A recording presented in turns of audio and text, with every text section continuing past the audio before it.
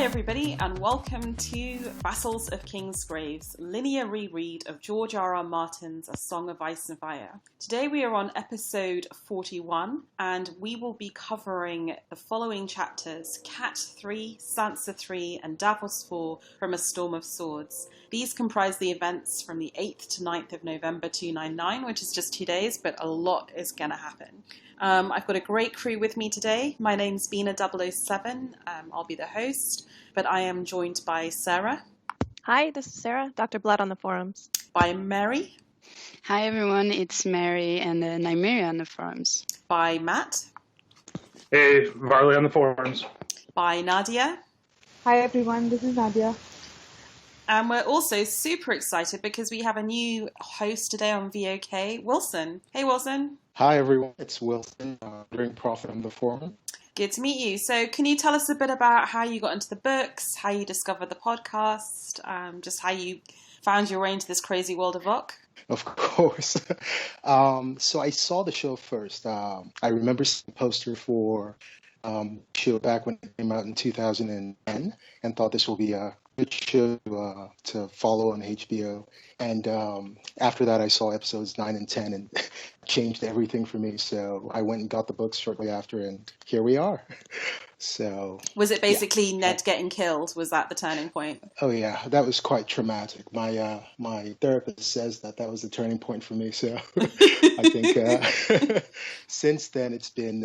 I thought the show would probably go on for one more season. I had no idea there was this large world behind it. I just thought it was going to be revenge, and Robb would get his, and it would be over. And then I realized, no, it's so far from over. So oh man, the Red Wedding must have been really painful for you. Oh, it was heart-wrenching. But luckily, well, not I guess, gotten the books, all 5 books between seasons 2 and 3. So I read the Red Wedding, and that was worse than actually seeing it. It was quite tough. So, but the books I think were really the main source of my addiction to this show. So. And what other kind of stuff are you cool? And what other stuff do you listen to? Or are you in the Tower of the Hand? Do you listen to any of the other podcasts? How did you find VOK? Well, I found you guys on YouTube. I think after realizing this was such a rich world, I went looking for any and everything relating to it. And I first caught one of Valkyrist's dramatic readings. I think it was it was the Jorah reading. And I thought who is this guy and who does he hang with? I want to know all these people. And I saw the Vassals and you guys started the reread a while ago. And I think I watched everything and finally sent a message saying I have to join you guys one day, and here I am. So happy days. We are very pleased to have you on. What are the normal questions we ask? I think a classic question would be, who's your favorite characters in the books? Oh, yeah, in the books. It's hard. I can't choose one. They keep killing them every time I pick one, so I'll stop. But I think right now I'm fascinated with Aeron Greyjoy, the prophet, the damp hair. Okay. He's the one I've got an eye on to see how he ends up, and that they're all great characters. I sympathize and love and hate many of them, so I can't pick one, I fear. That's okay. I think that's a common issue. Yeah. So I think we're also joined by OG Vassal Whiteraven. Heyo, Brett in real life. Oh man, this is a special moment. When was the last time you and Nadia all got together and podcasted? It feels like a long time. Yeah, I'm just here for Brett. So. Oh, thank you. Yeah, Nadia was such a fangirl. She's like, oh, Whiteraven's going to be on. I need to be on now. Oh, it feels like the three of us haven't podcasted together since the Lord of the Rings reread, though, which is insanity. No, we've done one of these together. No, I was Have we? I was there for the panspermia theory. Ah, the Moon Dragon, such a special moment. Yep. Absolutely. Cool. Okay, well, with that, I guess we can get into the meat of the show. So we start off, or where do we start off? I guess we should say last time on episode 40, we finished with Davos 3 in prison, refusing to worship R'hllor, getting into a beef with Melisandre. So this episode is one day later, 8th of November 299, but we jump back 5 chapters to get to Cat 3, and I believe it is Sara with the chapter recap. Yep, that's me. Over to you. Yeah. Aroused abruptly from sleep and gathered in the hall of Riverrun, Catelyn, Robb, and the northern commanders look on in shock as the bodies of two murdered prisoners, Tyon Frey, son to Jenna Lannister and Aemon Frey, and Willem Lannister, son to Kevin Lannister, are carried in and laid before Robb's high seat. The youth and fragility of the slain squires remind Catelyn of Rickon and Bran, whom she also believes to be dead, and raises the specter of her fear for Sansa. Her queasy musings on the corpses intensifies when Rickard Karstark, lord and leader of the men who murdered them, lays the blame for their deaths directly at her feet, insisting to Robb that, quote, she slew them as much as I. Robb sentences 7 of the 8 men responsible, even the dead ones, to hang, reserving his judgment of Lord Karstark until after a consultation with his newly returned uncle. Even before hearing the Blackfish's report that the Karstark forces have abandoned Robb's cause, Catelyn hears the crashing of the thunder outside and wonders if it is, quote, the sound of a kingdom falling. Edmure counsels silence, advising that the boys' deaths be hidden from Frey and Lannister alike. Blackfish assures him that word has already spread, while Robb insists that he, quote, owes their fathers truth and justice. The men tally their losses, Karstark and Frey, irredeemably now, as even Edmure understands, and Robb laments Lysa Arryn's continuing silence in the Vale. Despite Edmure's certainty that Robb should keep Lord Karstark as a hostage, Robb insists that his erstwhile ally not only killed the prisoners, but also Robb's honor, and for that, death is the only answer. Robb executes the Lord at dawn before the Riverrun Heart Tree, 1 stroke to kill him and 3 to take off his head, leaving the young king in the north drenched in blood and cursed by Lord Karstark's final words as a kinslayer. After witnessing the execution, Catelyn stays at the bedside of her dying father, Hoster Tully. There, she receives a visit from Robb's young wife, Jane Westerling, who is distraught at Robb's inconsolable mood. In response to the girl's plea for guidance, Catelyn can advise her only to be patient, to be there when Robb turns to her, and to give him an heir. The end. Nicely done. I love your recaps, Sarah. Thank you. Yeah, that was amazing. I had a couple of themes that I wanted to pick out of here, and then also just a couple of sort of smaller questions and observations. So do you guys want to start with like the big stuff or the small stuff? The big stuff. Yeah. Dealer's choice. Okay. All right. So 2 of the main themes that I identified in this chapter, the first one was youth and vulnerability and the very close association between those 2 things, particularly with regard to the squires. So Catelyn dwells on the fact that he had been trying to grow a beard. Pale yellow peach fuzz covered his cheeks, and jawbone above the red ruin the knife had made of his throat. So there's like this perfect conflation of his very startling youth and the violence that has taken his life.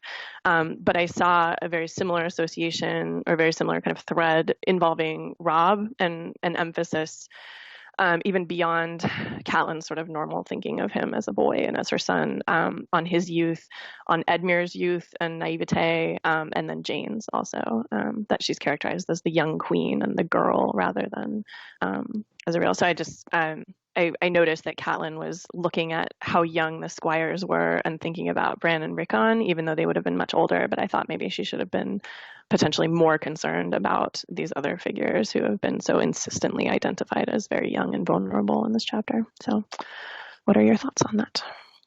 Well, How old is Jane? Does anybody know? I mean, 13? 13 or 14. Is she that young? I don't Probably know. around Yeah, the same age as Robb. yeah. Maybe I'm wrong on that. Because she has a sister, right? That Catelyn notices in the previous chapters when they're all introduced, and maybe I'm thinking of her, but we can definitely find that out. Well, there's no indication that she was betrothed elsewhere. So it seems like if she's pushing 16 as the first daughter of a royal house, or not a royal house, but a landed house, that she would have been like marriage prospect already. And I don't know that ever comes up. They are kind of a small house, though. I know they have deep roots, but they're a small house. That's true. It's hard to get rid of those daughters. She is the same age as. She is the same age as Robb. They were both born in the same year. So ripe old age of 15? Exactly. Yeah. Well, they make such No, I think they're 16 at this point. Oh, excuse me. Robb is definitely. The learner's permit is gone and they have a license. Yeah. They make such a big deal out of the fact that the squires were only about 14, right? 13 or 14, I think, is the ballpark age they give them. So Catelyn's like, oh, they're just like my 3-year-old and my 7-year-old, but really they're a lot closer to Robb than they are to either one of them. Well, there's 7-year-olds talking about how 7 isn't so far from 14. Like, twice your age, kiddo. Well, but she's okay. She's also worried about Sansa, who's like 13 or 12. And that's quite closer, yeah. But like it's very dark, this whole chapter, and you can see that Catelyn is really worried and like nothing is hopeful. But she never actually fears really for Robb. I mean, she feels that she might lose him emotionally, but never physically. Like there's never the idea that Robb himself might die, even if she mentions that he needs an heir. It's obviously not an immediate threat, and we all know that it is quite an immediate threat, but she never thinks of it. Which is kind of insane, right? I mean, yeah, because he's fighting. Yeah. You know, but as I was reading this, I could like literally feel the tension building. Like this chapter is so constricting, you can literally feel the walls closing in around Robb as as he loses one ally after the other, and then his aunt won't respond to his letters. He's lost the phrase. He's trying to reach out to them, but nothing is working out. Like it's slowly crumbling away, and the tension just keeps building and building, and I think it will keep on doing that until the Red Wedding. Yeah, definitely. And I mean, the whole way the chapter is written, like it's raining, it's cold, it's dark, it's like everything is just so... Yeah, the constant thunder. Yeah, exactly. Yeah. And it feels so doomed, It's just really, really sad reading these chapters again, knowing what's going to happen, because you have no room for hope now. Well, do you think maybe because we know what's going to happen that we're quite observant of all these things like the weather and, the foreshadowing for the Red Wedding? No, it doesn't affect my judgment at all. Well, it's definitely why we pick up on so many things, but I feel it's great writing as well, because it's obviously we can feel the doom, and it's meant. I mean, we didn't necessarily pick it up on the first read, but this isn't a hopeful chapter in any case. Even on the first read, we can see that something is wrong. Something bad is happening, yeah. I would say that this chapter really has no direct effect on what ends up happening to Robb, because the Karstarks never really come back to bite him. He lost the North already. That's true.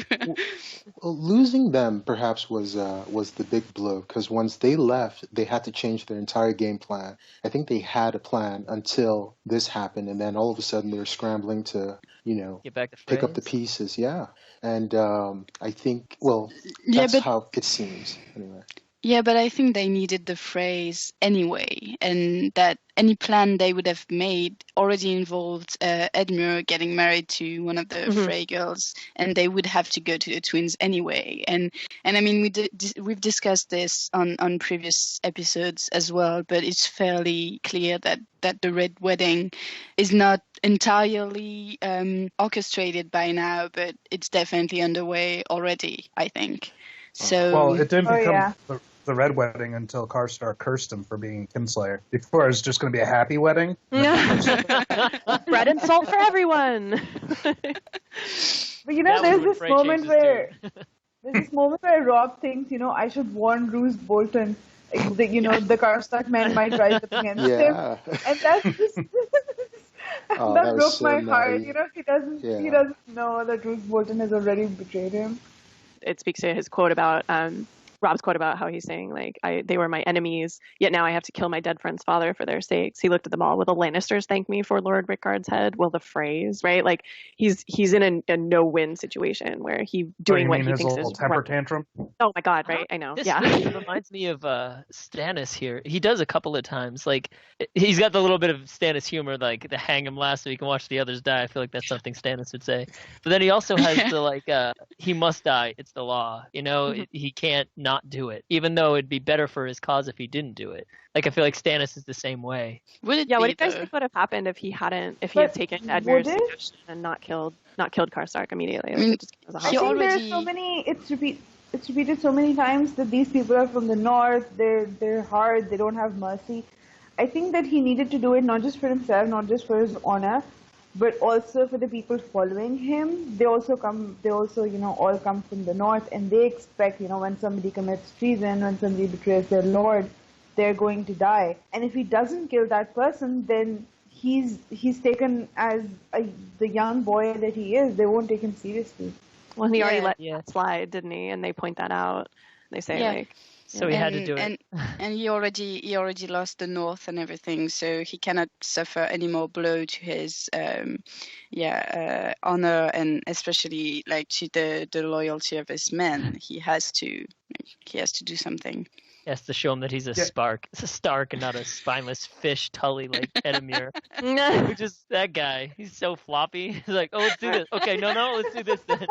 Whatever you say, Rob. So, do you guys think like the Boltons and Freys were like playing a game on like how much they could be disloyal to him before he figures it out? Like the Red Wedding was just like, dude, I bet you it'll take a quarrel for him to figure out that we've been like fucking the him ultimate over. troll.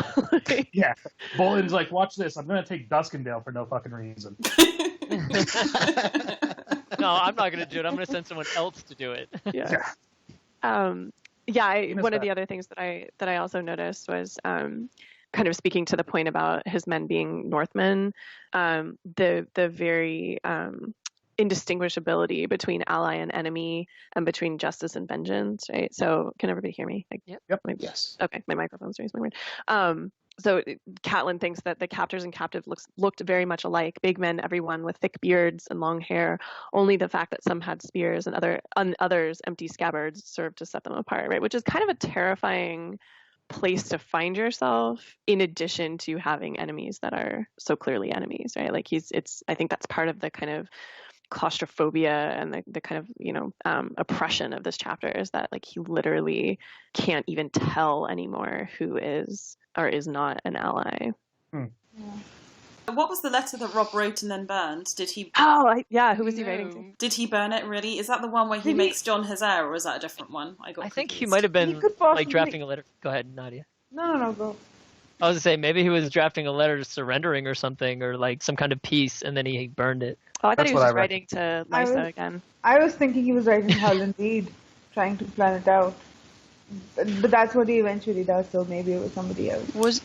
Maybe he was writing to actually the Lannisters to tell them of the Squire's death or murder or whatever. Oh, maybe. Because that's a hard letter to write, but he has to write it. That's interesting. Yeah, because better they hear it from him than rumors from the Karstarks or the Boltons or someone else. Yeah. So when Jane talks about this draft she's taken, is that the one preventing her from conceiving? It has to be. Oh yeah, definitely. But we don't know about that till Feast for Crows, right? Here's where Robb is nothing like Stannis if they're banging twice a day. Right. Well, Robb also is a 15-year-old kid. Yeah. We can go. I don't think Stannis was ever a 15-year-old kid. We can go a little bit tin hat on this though, because the way Jane comes off at first glance when you read this chapter is very coy and naive, and we bang, we're trying our best to get pregnant, sometimes twice a day. But but Jane Westling's very shady, isn't she? And there's this line where she's her mother's daughter. Well, her mother's a witch, so I started thinking like how. No, her grandmother's a witch. Yeah, sorry. Yeah, her grandmother was Maggie. And her mother's giving her contraceptive potions. Like, how far is she really into this? The whole seduction of Robb. What are your thoughts? I don't think she knows. I think we talked about this probably on the last episode with Nadia. Yeah. But we weren't really sure. But I really don't think that she knows anything. And it's Tywin who says that she's her mother's daughter. And Robb is his father's son. Yeah, exactly. So it might have been intended to say that she could seduce him or anything, but I don't think that she knows about the plan to betray Robb eventually and about the potion and everything. But yeah, maybe that's me being naive as well. I don't get like a Marjorie Tyrell vibe off her at all. Like, yeah, she's very very innocent, genuine. Yeah, for sure. Maybe her mother's daughter Tywin just means she's smoking. Maybe he's a lady Westerling. Do you think that Tywin even notices how women look? He just comes across... Cheyenne is dead. Like, That's true. I think it's a matter of functionality. You know what I mean? Like if she's going to be more irresistible because she's attractive, or she's going to be a better bargaining chip because she's you know, I mean, I think he would recognize the way that you would look at a horse. You know what I mean? Like, yeah, I do. Like strong legs and excellent withers. You know, like What? What the fuck are withers? Is it like a butt? Oh, you don't even know what they are? So. Withering heights. Or is it the top? Is it the top of the neck? A nice top of the neck? For You a look horse. at withers on a horse. It's like an important thing. Hamlet says it. It's a part of a horse that Hamlet knows. That's as far as I got in my horse anatomy class. Okay, He says what the Wikipedia reveals our all. withers are on- The withers Yeah. is the ridge between the shoulder blades of an animal, typically a quadruped. It's the tallest point of the totally body. Yeah, she's got a banging neck ridge. Not Tyrion's body. What?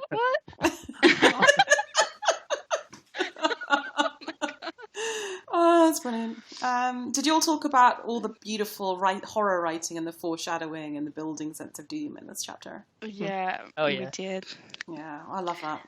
Yeah, I did me one too. of My favorite description is when the blackfish enters, and it's like you could hear it, like it says like it's pouring outside and lightning crashes and thunders, and like as you like bust open the door like a boss, just like Yeah. I don't know. I like that My one. favourite sentence is, I think it's the second one, where she's talking about Grey Wind can hear this in a different castle. And she says, he smells the blood through the stone walls and wooden door, through night and rain. He still knows the scent of death. I thought that was brilliant. I wondered if he wasn't just really pissed off because he heard all the Karstarks leaving. Like, I mean, if you have 300 men and 600 horses stealing off into the night, I feel like that would be something a wolf would be very interested in. But In fact, they can't steal off into the night. You don't move a horsed arm. Right. You don't steal withers off. and all. Withers and all, it's going to be did you all discuss, like, what are your feelings on Karstark? Do you sympathise with him? I mean, he does speak truth to power. Like, Yeah, I think he's a little crazy, though. Yeah, it's a little bitch move. Like Robb was right. Like his sons died. That sucks, but like they died in battle. so then And he how just come killed 2 children. So then how come he doesn't execute his mum for treason for freeing Jaime? She didn't kill anybody. Yeah, but she's still free. Yeah, and that's also an awkward It's just- conversation. It's not... Well, this is an interesting point, right? Does he kill Karstark because he killed people or because he committed treason? Because she committed treason too. But I she think he didn't kill kills his him. honor. Yeah, exactly. Like, he kills him because he killed his honor. And I think that Rickard almost seals his own fate by pointing out that Robb let his mother slide, so that he can't do it twice. You know what I mean? When he's like, Yeah, but I think he's like, I was just expecting a scolding because that's what people get for committing treason against you. And he's like, oh yeah, well, not anymore. You know. But I think the reason he lets Cat get away with it, but not Karstark, is just sexist. It's just that for her, it can be blamed on a mother's grief and craziness, but he cannot blame Karstark for that. He cannot say that it was just grief because of the death of his sons, so let it go. It's just he's grieving. That's okay, like he said for Caitlyn.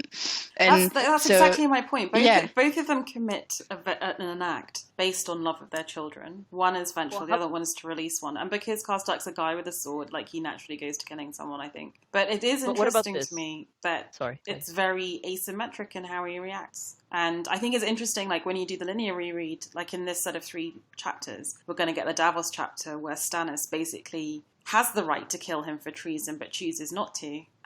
So to me, it's an exercise in comparing 2 potential kings, Robb and Stannis. And one does exactly what his dad would have wanted him to. He sticks by the narrow rule of the law and kills Karstark. And Stannis, who everyone thinks... This is the point Duncan was making, I think, in that brilliant episode you all did on the essays. And says, actually, Stannis is much more flexible than people think, because he actually does have the security to forgive and to bend the rules and to be a bit more unconventional. What if, say, hypothetically, Karstark's sons had been taken hostage, and somehow Tywin got a letter to him saying, you free Jaime, I'll free your sons. And he bloodlessly frees Jaime and explains to Robb why. I bet Robb sends him to the wall and doesn't kill him. Oh, I think he would have killed him. I think he would have sent him to I the don't wall. think so. Yeah, I think he would have I sent agree. him to the Because- wall. I agree as well. Because again, I mean, if he'd it's killed all the just jailers and did it, then they probably would have killed it. But I like how Edmure was like, he killed some of my people too. And they're all just like, shut the fuck up, Edmure. Nobody cares.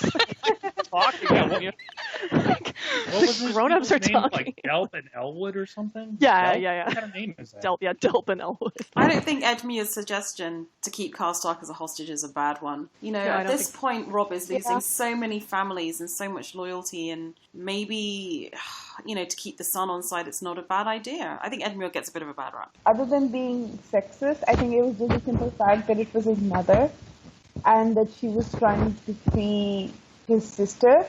So I think that also factors into why Robb forgets Cat. I mean, he's remotely related to Rickard Karstark, but it's not. He doesn't have that emotional attachment. So yeah, for sure, exactly. It's just partisan. Yeah.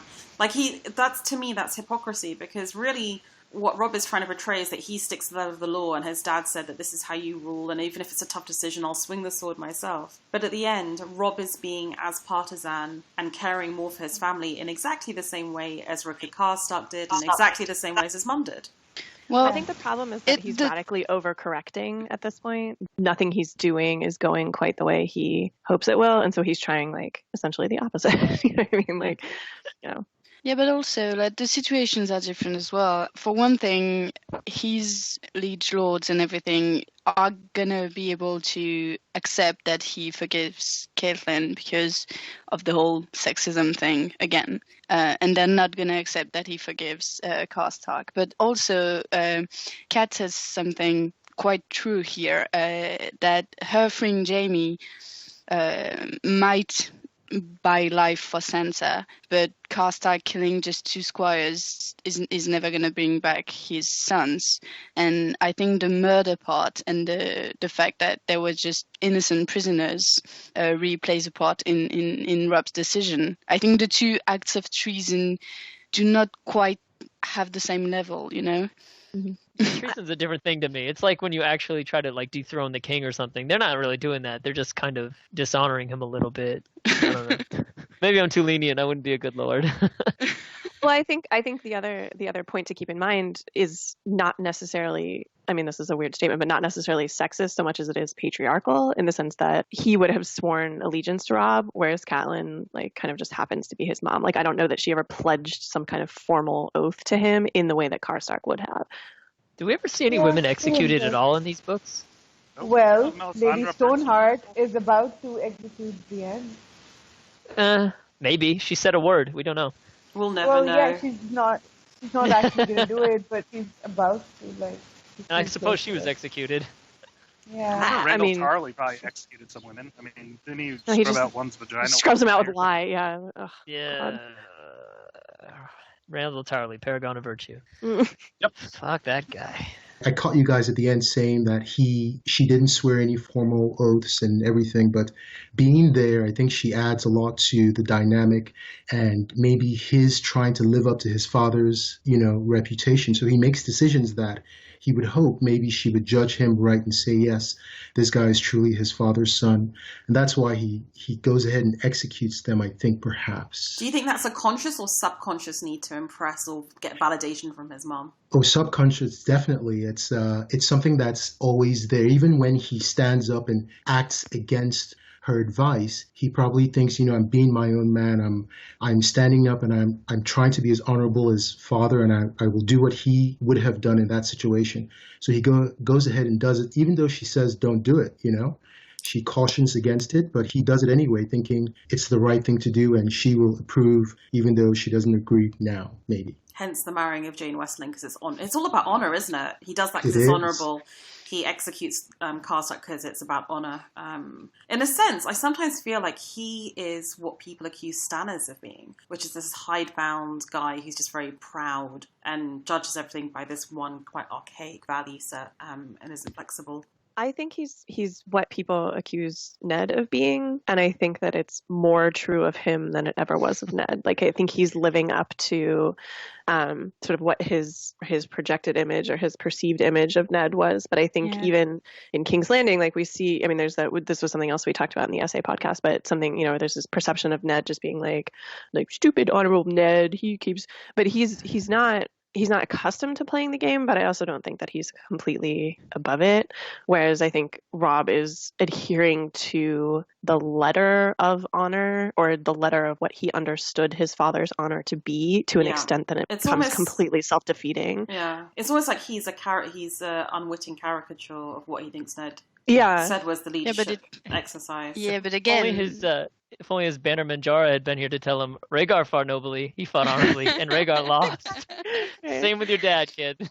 Yeah, but he's 16. I mean, it's really understandable that he would try to act like his father, but obviously he has more responsibilities than that, and it doesn't work out well. But Catelyn actually makes a point of how at times he sounds more like Brandon than like Ned. I don't know if it's in this chapter or the previous Cat one, because I've read both of them today, but she mentions Brandon and says that he also acts like him. Was that not just the deflowering? I mean, that seems like a pretty Brandon thing to do. No, I don't think I don't think that was it.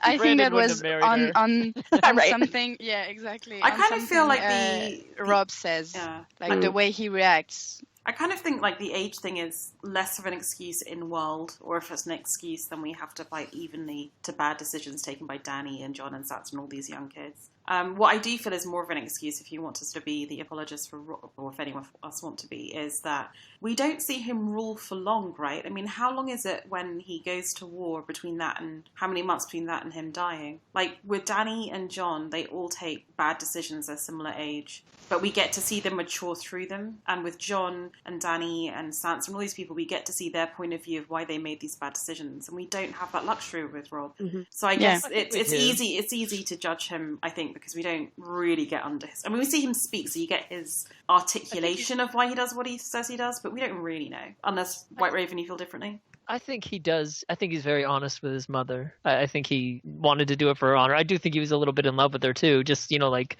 teenage boy love, that kind of thing. But he wouldn't have known any different. Huh? Teenage boy love. It's all getting very Greek, isn't it? You get your first girlfriend and she's your everything, and then usually it falls apart and it doesn't work out. But at that time, nobody could have told you that. You don't believe them. Nobody in here has ever been a teenage boy. Matt Wilson, come on. That's true as well for teenage girls, I assume it is, but I assume it's the same for all teenagers. But he's a boy. That's what I said. But did Robb marry Jane because he had slept with her first? Yeah. Yes. Okay, so it was more honor than maybe feelings. Let's see. Yeah. Which is what Tywin was banking on, which kind of renders his honor into a level of caricature, where he's so predictable and he's so entrappable from such a distance because he will do the right thing. I don't know, it just seems... Yeah. Right. That's how Tywin thought he was going to be on the battlefield, but it didn't end up turning out that way, so he had to do it different means. I find it amazing in this world where bastardy and Aristos begetting bastard sons is quite common, how Ned getting this bastard son has really impacted both Robb and Jon's attitudes to sex before marriage and what is honourable and what isn't. I mean, it really feels like... I think some of that's their mother and the way she treats Jon. Yeah, exactly. But that very weird, unfair, prejudicial setup at Winterfell has clearly influenced both of them when it comes to, having sex and what the consequences are. I wonder if Marcella they should just be spreading it around. No, but it's very unusual for the world. It's a non-common view in that world, I would say. Yeah, absolutely. I wonder if Marcella is this against bastards, because obviously Cersei is. Well, she's prejudiced against them. She's not against fawning over them if they making them like Rhaegar and sail ships. Anyway, but she obviously has some issue with bastards. I wonder if Marcella does too, because we never really see that from her. She's always like this sweet, innocent girl, which seems strange. Yeah. Same thing with Tommen. He's like a sweet, innocent boy, which seems strange. Yeah, but we don't really see anything about Marcella. I mean, at all, really? Yeah. She shows up a couple of times. She used to have 2 ears. Loses half her face. Right. Yeah. I think she might become a very interesting character, but definitely. We will find out. Anything else on this chapter? It is a full one. I would her hips. Jane's hips. That's the last line of the chapter, and it's in italics. How does he forget that and screw it up and call her narrow hips? I know. But, I mean, this is the second time I think that Catelyn has passed an observation. Maybe Jaime or maybe Cersei just has like a badongadonk, you know what I mean? So like everybody has slender hips in comparison to Jaime's only point of reference for people. No, but I think the second time that Catelyn is. This is the second time that Catelyn has noticed her hips, right? The first time was before they were married.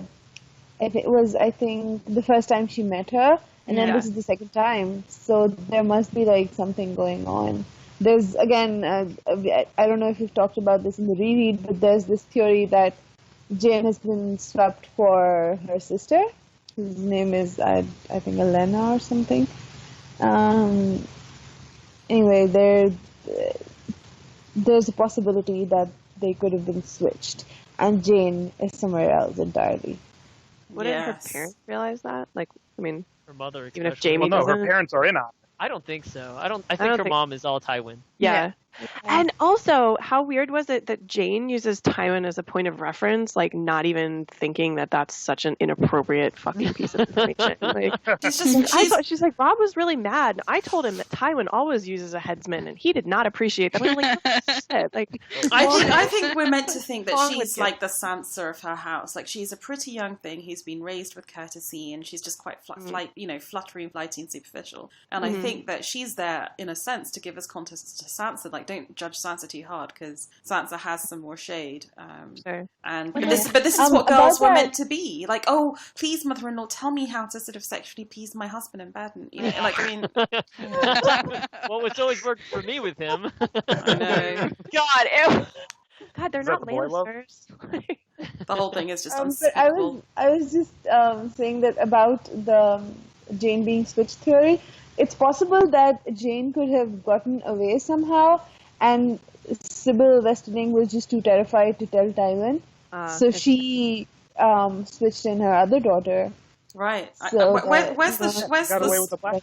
I feel like Shaggy Dog or someone needs to do an episode on the Jane Westerling being switched potential theory. Yeah. Someone who's a close reader of text needs to get into that and make that happen.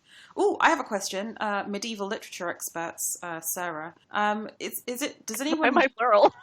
Does anyone know if you could genuinely have like herbs and possets that worked as contraceptives? Was that a thing? Oh yeah, that was totally a thing. I mean, that was the thing recorded in medical texts all the way back as far as like Galen and Hippocrates, like in ancient Greece. They would wow. Okay. Yeah, so it was really well known, and there are some pretty commonplace ones. There's actually a guy named John Riddle has written a whole book about like the potential contraceptive, like the actual uses and kind of laboratory examination of like how plausible it would have been that any of these given sources would have been actually efficacious. And I think his conclusions were pretty they're like, yeah, they knew what they were doing. Impressive. I knew you'd be able to answer that question. Yeah. Yeah. So this is well within the realm of possibility. And the same thing with the moon tea, right? Where like there's any number of things that either cause abortion, and they were usually I don't want to say billed, but they were usually sort of presented in the medical literature as something that would provoke menstruation because a woman who wasn't menstruating wasn't fertile, and so that was a very big concern. But obviously, to provoke menstruation in an early pregnancy would be the same as causing an abortion. So a lot of the advice overlaps, and a lot of the male practitioners are very cautious to say, this shouldn't be used if you think you might be pregnant, but if you're definitely not pregnant, and they'd say they like don't use these for nefarious reasons or to be a dancer or an actress. But if you're gonna, if you need help, then this is something that will provoke that process. Wow, it's a lot of knowledge you just dropped right there. Yeah. I kind of blacked out there and came back with an actress and dancer. How do we get there? Anyway, yeah. So yes, if you go out in your backyard, there's any number of things that would work for what she's. Not my backyard. I combed it for contraceptives already. All right. Oh my God. I'm all tapped out. Anything else on this chapter, Wilson? Anyone else? Thoughts, or should we move forward? I just want to point out that Kat's dreams are dark and laced with terrors. Beautiful. Which phrase. I thought for someone seen, as seeming like genuinely devoted to the religion of the Seven, I thought that was like a very provocative echo of Melisandre's sort of personal words. No, that was Kat being. She's also eventually. But I think it is just part of these build-ups to the Red Wedding are just full of brilliant evocative horror writing. And possibly Catelyn being brought back from death by a servant of R'hllor. Huh. Catelyn is Azor Ahai. You heard it here first. Oh God, I hope not. Yeah, that's kind of like all three religions coming together, because you have the wolf that saves her life. Well, saves her life, saves her body. And obviously she prays to the seven, and then R'hllor brings her back to life. They're all like kind of coming together with her. The wolves save her life twice, because the Summer gets a guy with a knife that tried to kill Bran. Oh, yeah. Yeah. Actually, about Grey Wind, I mean, she's really on point as to the wolf reactions and how. I mean, it's in the previous chapter, I think, again, but like she really, really thinks that the wolves mean something, and that's kind of weird, considering that she didn't want them to have them at all. Mm-hmm. And it's sad that the part that convinces Robb that that's not true isn't true. Yeah, exactly. Like Bran and Rickon are still alive, and the wolves are an integral part of them being alive. Yeah. And Robb doesn't know that, and that's why he doesn't mind sending Grey Wind away, and it's kind of heartbreaking. Doesn't she say like Grey Wind definitely would have loved the smell of Marjorie Tyrell? It's not. I don't think it's this chapter. That's very strange. Maybe Grey Wind would have loved the smell of her. I wonder how that meeting. We saw the meeting between them. She's like, I get it, Renly. Almost enough to turn me straight. Am I right? Yeah. I'm going to take the path this conversation has taken as a signal. We should move to the next chapter. Yeah, probably. God damn it, Dina. It's just getting interesting. I know. I'm just killing all the fun. Okie dokie. So we are now going to jump 8 chapters in the published order, but remain on the same day to Sansa 3, Sansa's wedding. Oh my goodness. So I believe it's Mary who's going to summarize this chapter. Yeah, definitely. So this is a very sad chapter, I have to say, but yeah. So it's the morning, and Sansa's new gown is finally ready. Cersei's bedmaid comes to get her bathed and ready, and Cersei herself comes to see her put on the dress. Sansa feels very pretty and very hopeful about Willis until they make her wear a grey Stark maiden cloak. Cersei then announces that she's going to marry Tyrion. Sansa panics and tries to flee, as Cersei assures her that one way or another she'll be wedded and bedded by the end of the day. Osmond Kettleblack actually tells her to be brave, like wolves are supposed to be, and she calms down and accepts to go. They meet up with Joffrey, who is acting as her father for the day, which doesn't please Sansa. She begs him not to make her marry Tyrion. Tyrion himself arrives and asks for a word with Sansa. He offers to call it off if she'd rather marry Lancel, but she answers that her duty is to marry as the king's commands. They proceed into the Sept. There are a few witnesses, but no Tyrells. Sansa suffers through the ceremony almost numb until the exchange of cloaks. Tyrion is too short to put the Lannister cloak on her shoulders, and she stubbornly refuses to kneel. Everyone is laughing, and Tyrion has to climb onto Dantos' back to manage his part. Finally, the ceremony ends, and they go to the wedding feast where they can find the Tyrells, who are actually there. Marjorie gives her a sad look, but Mega, Alla, and Elinor just ignore her. Tyrion barely talks, and Sansa doesn't eat at all. They don't dance until Garland shows up and asks for a dance. He kindly tries to reassure her and tells her that Tyrion will make a better husband than Loras would have, because he noticed how Sansa looked at Loras. The dance ends, and Joffrey calls for the bedding. Tyrion, seemingly drunk, says that there will be no bedding and threatens the king. Tywin calms the situation, and Tyrion and Sansa get up to their chambers for the night alone. They have a glass of wine, and Tyrion tells her of Tysha. Sansa doesn't know what to do and tries to say courteous and pleasing, which angers Tyrion. She takes off her gown, trembling. Tyrion asks her if she's scared that he wants her, and she says yes. He tries to reassure her and tells her that he is generous, loyal, and even kind sometimes. But she doesn't answer, and finally he tells her to get on the bed. After a time, he joins her and touches her breast. Sansa's eyes are closed and her body is tight, and she fears what comes. He orders her to open her eyes and tells her that he won't do anything until she wants him to. Sansa cannot find anything beautiful about him and asks what will happen if she never wants him. Tyrion is obviously hurt and bitterly answers that that's why there are whores for imps like him. Yeah, Jesus Christ, George, 13, this is... really? Yeah. We'll wait a moon's turn. Yet. A moon's turn, whatever it takes for you to be ready. Come on. How do we feel? Is it okay or is it not okay for George to talk about where the perfume was placed on Sansa? I know in this world girls of that age are sexualized, but is there a way of showing that without kind of skeezing and doing it yourself? I guess my issue is more like, why didn't she realize something? I don't know how gown fittings work, but they're like doing her hair and giving her a manicure and like putting perfume on her lady bits, and she's just like, oh, this is normal gown fittings. Come on, Sansa. You should have known then. Not that it would have mattered.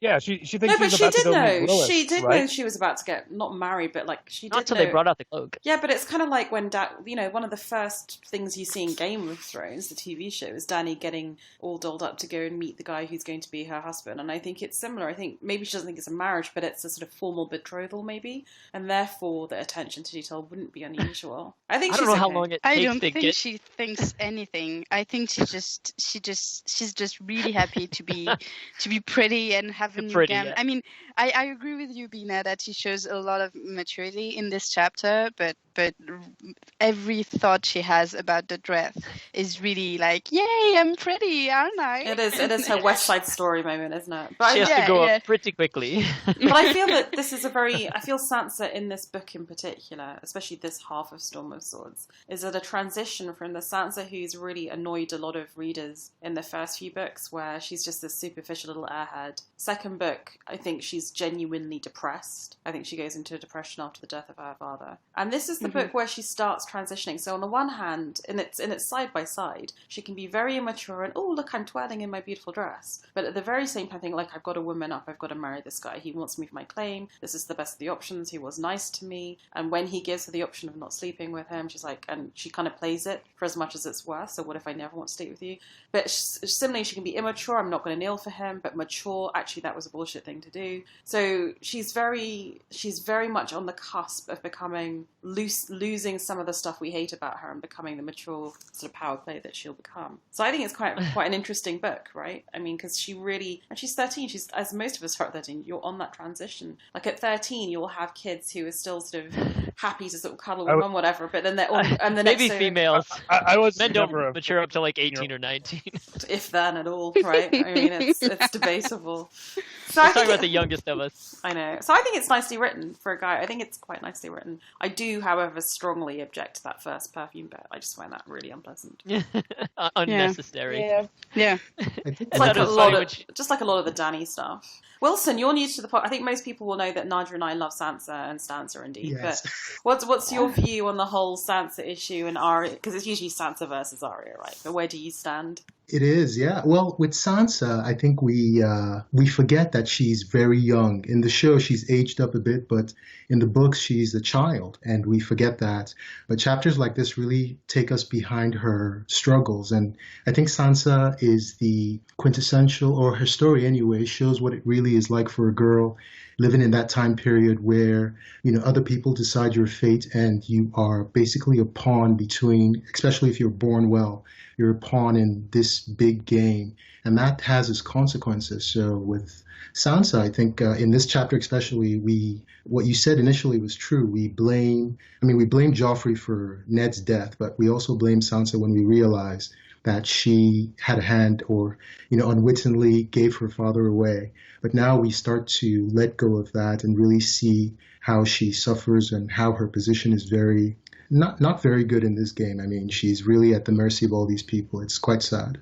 Yeah, I think one of the key pieces of evidence for her very rapid evolution, even in the course of this chapter, is her realization that Tyrion is as frightened as she is on the wedding night, which is something truly fascinating coming from someone who, a naked child who's about to be molested. Raped, Essentially, I mean, it's incredibly insightful, very compassionate line of thought for her, even if it's obviously, fleeting, I think, which fair enough, but that really struck me, that one line of italicized inner thought. It's weird how I feel bad for Tyrion for 3/4 of this chapter, and then at the end he kind of throws it away from me. I mean, yeah, he does the right thing in not betting her, but it's like, Tyrion, come on, man. But he has to do it. His father's making him do it, but it's like, man. He spends this chapter straddling the line of being really noble and a complete fucking creep. Yes, definitely. And isn't that nice and nuanced? Just as Sansa can both be immature, girly, but actually mature and sensitive, he also can both be the guy who wants to protect her and the guy who is still turned on fundamentally. This is the greatness of George. It certainly is. He knows how to make us the heart in conflict with itself. Yeah, that's his thing. So beautifully put. Poor Sansa, she I know she didn't kiss the Hound, but she thinks she did. So her first 2 kisses were the 2 most ugly, scarred men in all of the realm. It's a good thing that Chet and Biter are dead, I guess, because those probably would have been next for her. Oh my god. Poor Sansa. Yeah. George does really punish her for her romantic inclinations. Can we get a little shout out for Sir Garland? He does try and warn her. He's so amazing. He's my favorite male character, I think. He's just so nice. You want so much more of him. When he's I feel that Tyrion is taller than he appears. Yeah, he's just a really good guy. And he was just a little podgy child as a kid. Yeah, well, he's good. We know he's not going to make it to the end, yeah? That's George's thing. Once you show any... he's doing a lot better than Boris right now. He is. He is. Did anybody else think it's kind of funny how Joffrey he's telling her that he would have whores on the side or whatever, and he was like, shout out to Aegon. Robert and Aegon both did. It's the 2 guys whose adulterous nature spun the realm into chaos, but whatever, it's fine. They did it too. He's so stupid. I mean, just read King that book, Aegon the Fourth is definitely not a role model to have, but... Well, he didn't know which one it was. One of them. He didn't care. The third or the fourth. Yeah, I love it. Poor Sansa. Oh, Dantos knows, but he doesn't count. Oh, Sansa. Yeah, I was like, he counts. Other thoughts on this chapter? I wanted to ask what we were saying just about Kettle Black right now. Do we think that Littlefinger asked him to keep an eye on Sansa, and that's why he's being nice to her? Oh, maybe. Oh, that's a good call. I don't know. It's just, why would he? I mean, maybe he's just nice. That happens too. I mean, but from a Kettle Black. Littlefinger says that he loses them, but I don't think it's until later on when Cersei starts betting them that he loses control of them. Yeah, exactly. Good point. Yeah, it's interesting how much Littlefinger has, hands in everything that's going on. You wonder. Except for the fact that I don't think he wanted Sansa to be married to Tyrion. I don't think it mattered. He's the one that ratted the whole Willis plan out, right? Yeah, because he didn't want to leave. Yeah, he wanted to be the one to save her, not the Tyrells, which he can still do. He can save her from Tyrion now, so I guess he's happy as well. But hey, look, I'm a way better husband than Tyrion was. Oh, he's her third kiss, son of a bitch. No. So do we think that Dantos died because during the vows it's anyone who separates these two, may they be cursed? I'm big on the curses for today's episode. I don't think so. I think if she hadn't been married, she was still dying. How about a counterfactual history? What if she had said, yes, screw this, marry me to Lancel?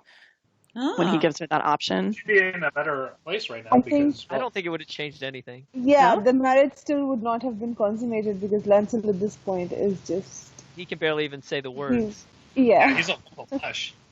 I almost think it would have been worse because I think Joffrey, there wouldn't have been anyone standing in his way. Joffrey would have betted her. Yeah. I'll just take over for Lancel. He clearly can't do this. Both are Lannister seed. Mine's pure because it's double Lannister. So. Lannister square. Tyrion makes the offer. Why does your Joffrey sound like Trump? They look the same. Both spoiled children with really light hair. With worm lips. God damn it, they're the same person. Oh my god. Except for the fact that Tyrion's really, really, really, really smart. Oh, I didn't say Tyrion. No, Joffrey. Joffrey. Oh, Joffrey and Trump. Oh, okay. The thing is that Tyrion offers her the chance at Lancel, but would Tywin have gone along with that? I mean, if he wants the claim, surely he wants the claim to North in his immediate family and inheritors, right? Well, but Tyrion says specifically that was the second choice. Like, if you refuse to marry me, they would have married you to Lancel. He said that if Tyrion had refused, not Sansa, but if I had refused, exactly, they would have married you. I see. Yeah. So I don't think Sansa really had a choice. Even if Tyrion genuinely thinks he's giving her a choice, I don't think Tywin would have let that slide. I think he would have. Really? Either way, it's in the family. Yeah, I think he would have. But Lancel's as long as it stays in the Lannister family, it doesn't matter. But it's not his immediate branch. So you think he's actually got a more broad-based view? Oh, it's Kevin's son. I think he trusts Kevin with anything. So yeah, and he could have sent Kevin there to rule. True. Good point. Yeah. Yeah. True that. Okay, that makes sense. And also, for all of Tywin's talk about, like, legacy and shit, he really does not teach his kids much. Like, I mean, you just see Cersei just be a complete idiot all during peace. And it's like, did he just expect to live forever? Like, I don't understand. He didn't have any heirs, really. He just had Jaime, who was in the Kingsguard. He could have married again. I don't know. Yeah, I think Tywin was trying to solidify pacts through marriage. And he obviously didn't think he was going to die soon, especially with the war over. So he thought perhaps they would have time to have peace. They would have these younglings, grow up, and he would be like the godfather. Younglings. Yeah, well, young ones, I'm sorry. He could have married himself to Sansa. Ew. Yeah. Why didn't he, actually? Just for anyone who does not read fan fiction, there is also Tywin Sansa fan fiction. Oh, no. It would have been pretty close to the same age difference as Lysa and Jon Arryn, right? Well, true. Yeah. True that. Yeah. No, I think it's way more, but... Is it more? I think it's more, yeah. Like, I mean, Jon Arryn is actually of the generation of Tywin, right? Oh, yeah, that's right. Yeah, but still... No, he's actually much older. He's older. Okay, he's older, but I still think that he wasn't... Okay, well, maybe I don't know. It would still be a huge age difference in one sense or another. Either way, it's fucked up. Tywin is probably not that old because Jaime and Cersei at this point are like in their 30s. I thought he was like 50. Yeah, exactly. He's like in his 50s. And Jon Arryn was in his like 80s or something. 70s, he was way older than her. Oh, so close. Yeah, if I'm not okay with his son marrying him, probably not okay with the father marrying him. So. Yeah. But like this scene is just awful. Like she's 13, and like Tyrion doesn't do anything, but he might have, and a lot of characters would have in this world, and that's just awful. That's just basic pedophilia, rape, whatever you want to call it. What's even more awful about it is that she's not even shocked by it, right? She thinks it's her duty. This is how messed up that society is, that she just thinks this is how it's going to happen. This is my duty. When should I open my legs? Do you know what I mean? It's so like an abused housewife. She just thinks this is normality, which is appalling. Yeah. I thought for a moment in the last chapter, when Cersei comes in to see her before the wedding, that they would actually bond over, their situation. Because it's kind of similar, don't you guys think? With Cersei, I bet when Cersei was about to marry Robert Baratheon. I don't think so. No, you don't think so? No. Well, I think they're a little closer Robert in age. Was about to be a king. Yeah, they were about the same age. She had what she wanted. It's she like a maiden king. fantasy. It wasn't Rhaegar, but he was a king. If he hadn't said Lyanna, I think it would have been okay. Yeah, I mean, and he was way okay. more attractive than Tyrion is. I mean, I know it's superficial to think of that, but it's true, and it has to count for something in Sansa's mind. It might be superficial, but this is a 13-year-old girl. In the last Sansa chapter, she was so hopeful. She was getting a new dress, and she was planning to marry Willis, and she was having these dreams of having sons that she would name Eddard and Bran and Rickon. And in this chapter, when she marries Tyrion, she thinks, that there aren't going to be any more Eddards and Brans and Rickons in my future because, not in this family. And I don't think she even mentions Rickon. She doesn't care about Rickon. No, she does actually. I think she says Eddard, Bran, and Rickon. But that's just that loss of hope is, I think, even sadder than her marrying Tyrion, because Tyrion, at least from what the readers know, is basically a nice, decent person. So, it's almost like she. Sorry, go ahead. Well, I was just going to say, like, the more devastating thing about the chapter is its impact on her rather than the actual event itself. Yeah. Because she had just like, okay, I'm going to marry this guy. He's a cripple, but, he might be okay. And then they're like, no, it's worse than that. You're going to marry this guy. I mean, Tyrion's not worse than that, but she doesn't know that. But it's, not only is he crippled, but he's also ugly, and he's a Lannister, the same people that killed your father, and Joffrey's going to be related to you somehow now. It's all, we don't want Which is not going to keep him from raping you. So yeah, if she's in Highgarden, he's not going to come rape you. But yeah, you're stuck here in King's Landing. And the whole, I mean, she was really.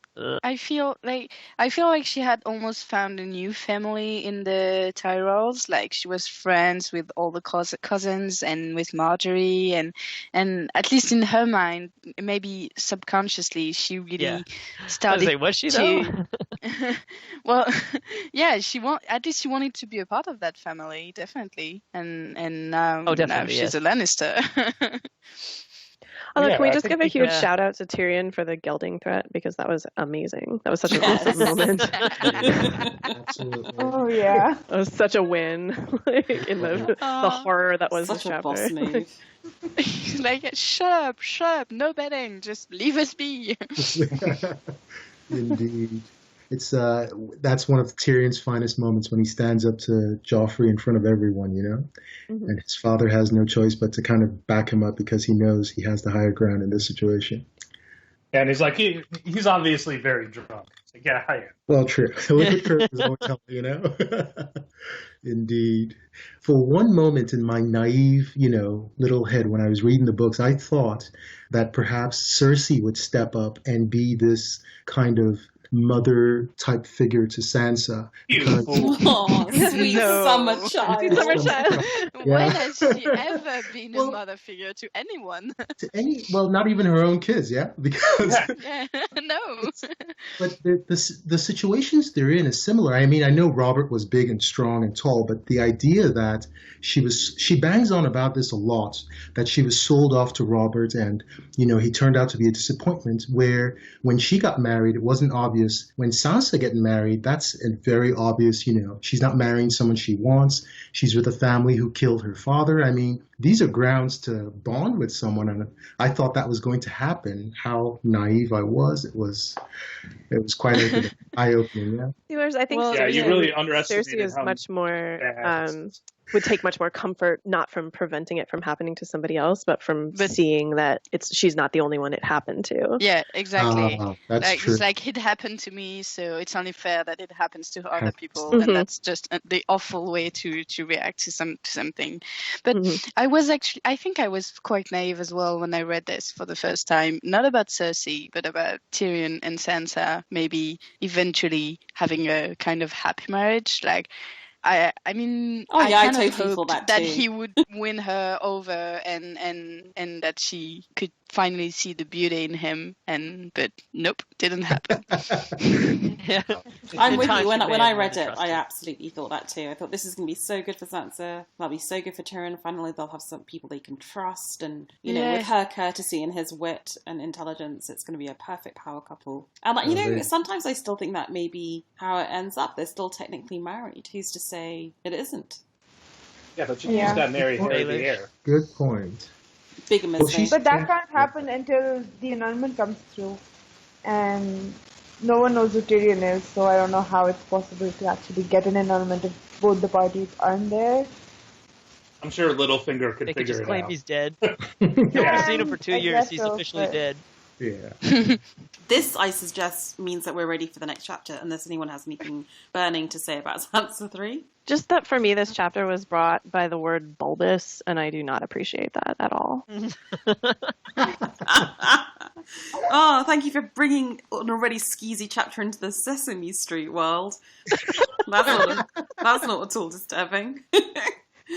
Okay, I think it's definitely now time to move to Davos 4. So basically, we're now whizzing ahead another 8 chapters and 1 day to the 9th of November to Davos 4, which is going to be summarised by our very own Master of the Moondragons, Whiteraven.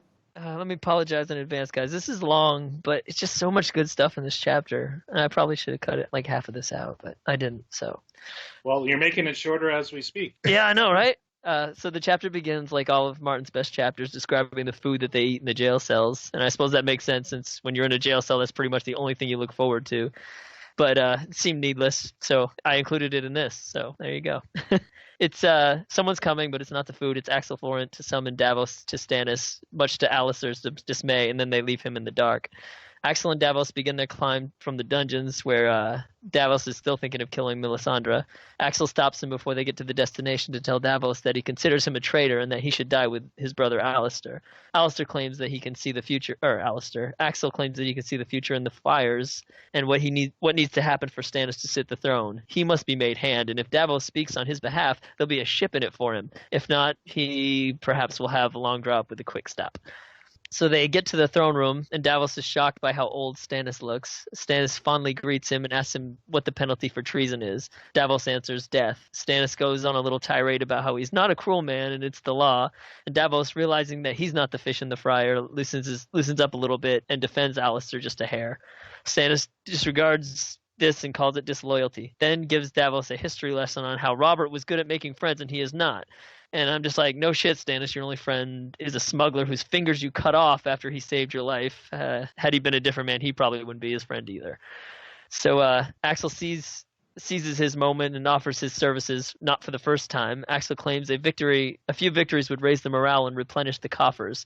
He suggests that they attack the Celtigars on Claw Isles. Stannis' former vassal now turned to the Lannisters. Since the Battle of the Blackwater. He never returned from King's Landing. He thinks it would be retribution for defecting to the Lannisters and set an example for others in the future. And I wonder how much of this was Salador's idea, this plan to plunder this place that is pretty well off. And Axel's like, oh yeah, me and Salador came up with this strategy. I don't know. So Stannis asks Davos his opinion on the plan of attack. Davos shows how amazing a man he is by giving his true opinion and not just saving his own skin. He calls it folly and cowardice. Axel, for some reason, doesn't like this turn of events and tries to yell at Davos, but Stannis tells him to let Davos speak. Davos eloquently explains that Lord Celtigar's lands are such easy plunder because he came when Stannis called, and his men fought and died for him. He didn't switch sides until he was captured, and he thought Stannis was done. Axel calls Celtigar and all his men who bent the knee traitors. Davos says that his men bent their knee because their lord did. Axel says that should not stay them from the king's justice. Then Davos drops the mic bomb and says, the way you stayed true to Ares when your brother called his banners. I guess you don't bring that up much with Stannis because everybody got really quiet. And Axel, not knowing what to say, calls it treason and offers to kill Davos. Stannis tells him to put away his knife and leave and sends for Melisandre. Axel angrily obeys. Stannis lightens up with Davos as soon as everyone leaves the room and tells him what a hard choice that was. He describes the throne and wonders why his brothers even wanted it. To which Davos asks the obvious question, why do you want it? And Stannis goes from likable and relatable to crazy and illogical and says he doesn't want the throne. It's not his choice. It's the law. He has to do it. It's his duty.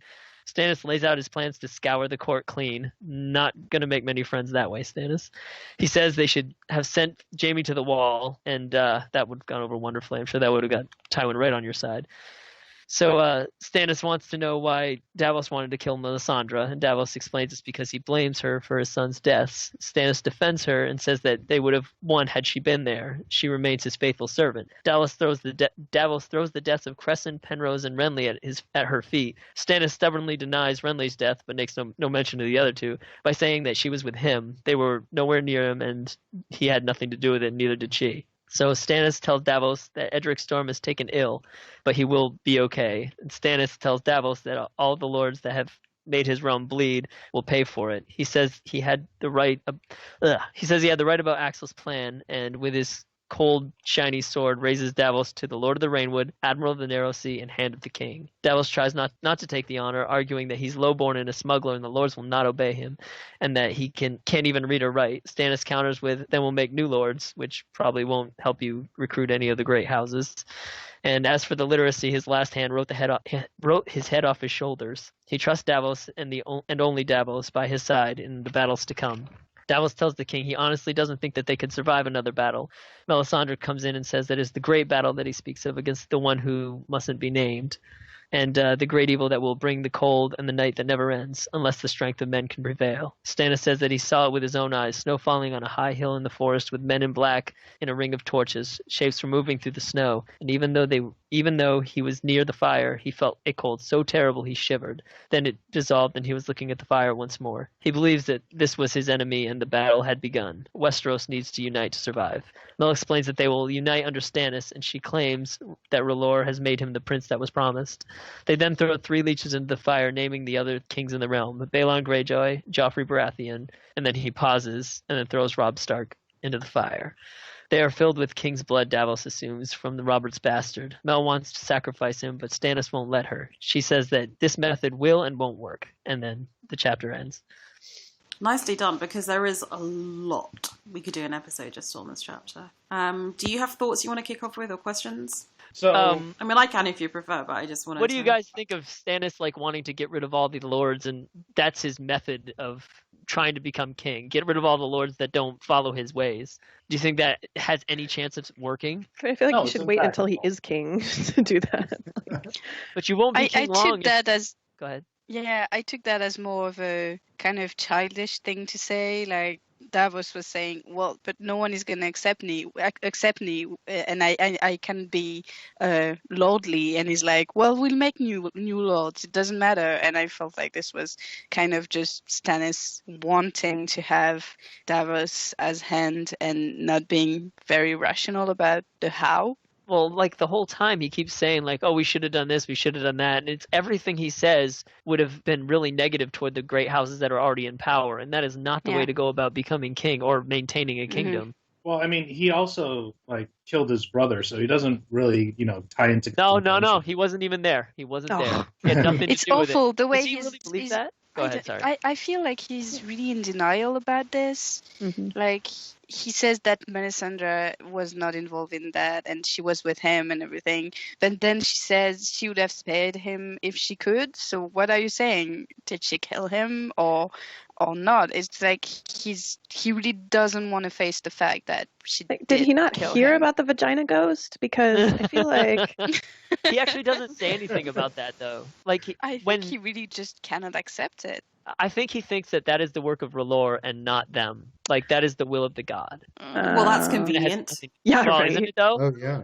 Isn't that how religion's been ever since? God wills it. Exactly. It's very slippery. Oh, speaking of which, at one point in this chapter, one of the Florents is it's gods be good. And he's like, gods? There's only R'hllor and the other. It's well, that's 2 gods. So plural. Plural works. I mean, I think the idea is that you shouldn't really be praying to the other, but... Yeah, exactly. Yeah. Do you think that he kind of regrets having to throw Robb Starks in? Because he kind of pauses for a second and then does it anyway. I don't think he wants Robb Stark to die. Benefit. Do you think so? Yeah, because Stannis is already... Was it before this that he said, Robb is also... I think he says that to Catelyn, right? That he's also a traitor, and when I'm done with the Lannisters, I'm going to deal with him. Yeah, but I think he's the one... I mean, he thinks that about Robb, so he has to throw him into the fire as well. But he's more reluctant to do that with Robb than with the others because... The other 2 are just bad people. Mm-hmm. Yeah, exactly. And Robb is in a sense more it's treason that he would want to seize half the kingdom, but he doesn't actually want the Iron Throne. So it's not as bad. And he had all this talk with Catelyn about making a peace and everything. And I think he feels more bad. I will say, how different is that from Balon? It's not like he wants the Iron Throne. Right. Well, it's a justifiable cause, though, right? Like, I mean, I think it's ownership father, and it could be because of Ned. He remembers Ned, and Ned was the first to declare for Stannis, and so maybe that's why he hesitates, and he doesn't want to kill Ned's son. Yeah, and I think maybe also he realizes that. Well, Sorry. Ned was nothing, but he didn't love. Ned didn't love him. Yeah, definitely. But I think also Stannis realizes that there's something to be done with Robb. That maybe, like, if Stannis wins the Iron Throne, they can actually make peace, and Robb would just return to Winterfell and be Warden of the North, and that would be fine, Whereas there's no such thing with the other two, like Joffrey, obviously, and Balon Greyjoy is another thing, but that's like the second time he's declared himself king, so they've already got issues. They go way back. Yeah. They do. Doesn't he say? He says they would. He says that he wishes Robb had torn down Balon's high walls the first time, right? Robert Baratheon. That he hadn't let him. Yeah. I think he says it. But he just... Well, yeah, I mean, he does a big tirade about, like, oh, Robert, like, won people over to his side. Like, these two enemies, like, ended up dying for him. Like, he's got a nice little complex going about Robert. Well, he doesn't try to emulate him in any way. He's just like, oh, he had all these things. It was just because he was Robert. And it's like, well, he was I don't know about a nice guy, but he was very charismatic, and Stannis just isn't. And he doesn't even Stop grinding your teeth and have a drink with the guys or something. Right? Well, Stannis has classic middle child syndrome. He broods a lot, I think, and he resents both his brothers because one had the right and the other was spoiled and was given everything. So he was looked over numerous times. He talks about it when he talks about Storm's End and his right. And it seems that maybe that's where Melisandre has him, because he has that, his rights have always been overlooked. And so he feels slighted. And that's really, I think, his main motivation. That's why he wants the throne, even though he says he doesn't want it. It's his right. It's quite convenient that way, that he can pursue what he really wants, but yet do it in the way that, does not betray any selfish desire or anything like that. Right. I don't want it. Yes, you do, or you wouldn't try. Yeah. I mean, I think, too, it's interesting to recognize that he may have something very similar to what we've talked about before as being a characteristic of Tyrion, where he has seen so systematically throughout his life that he is unlikable, like that's just sort of the presumption about him, that he doesn't really even see that as an option for him in the way that it was for Robert. So it's not just like, I don't understand why everybody liked this guy and nobody likes me, but it's just it's a foregone conclusion at this point, I think, like sort of inbuilt into his own self-understanding, just that like that's not an avenue that's open to him. True, good point. I mean, he's just not a friendly person. He's not even like friendly with his wife. He's very cold toward everyone. Even Davos, he's pretty cold toward. So. Yeah, that makes it. So it's fine. I do believe it was a loveless marriage. Her withers are freaking. I think Davos is the one person he does show any feelings towards, like trust and real. He does trust him. I think when you guys did a reading of Storm's End, the Siege of Storm's End, Stannis makes a point that he missed him dearly when he was gone. So I think Davos might be to him what Ned was to Robb, and that's just it for Stannis, I kind of feel like Davos, he owes everything he is and everything he will be to Stannis, so Stannis knows he can trust him no matter what. Whereas all these other lords they all have their own agendas, where he knows Davos doesn't. He doesn't even want the stuff he has. True. Yeah, doesn't he even say like they would call the contents of his chamber pot like markable or something? Oh yeah, the other lords. Yeah. Yeah. I love that little thing that Stannis says when Davos is like, well, I cannot be your hand. I cannot read. I cannot write. And Stannis is like, as writing, my last hand wrote the head off his shoulders. And I love that line. It's okay that you don't write because it doesn't help anyway. So the copy of my book, when he's explaining about why the Celtigar, plan is bullshit, it says, "What are we gonna do? Storm their island and rape their windows?"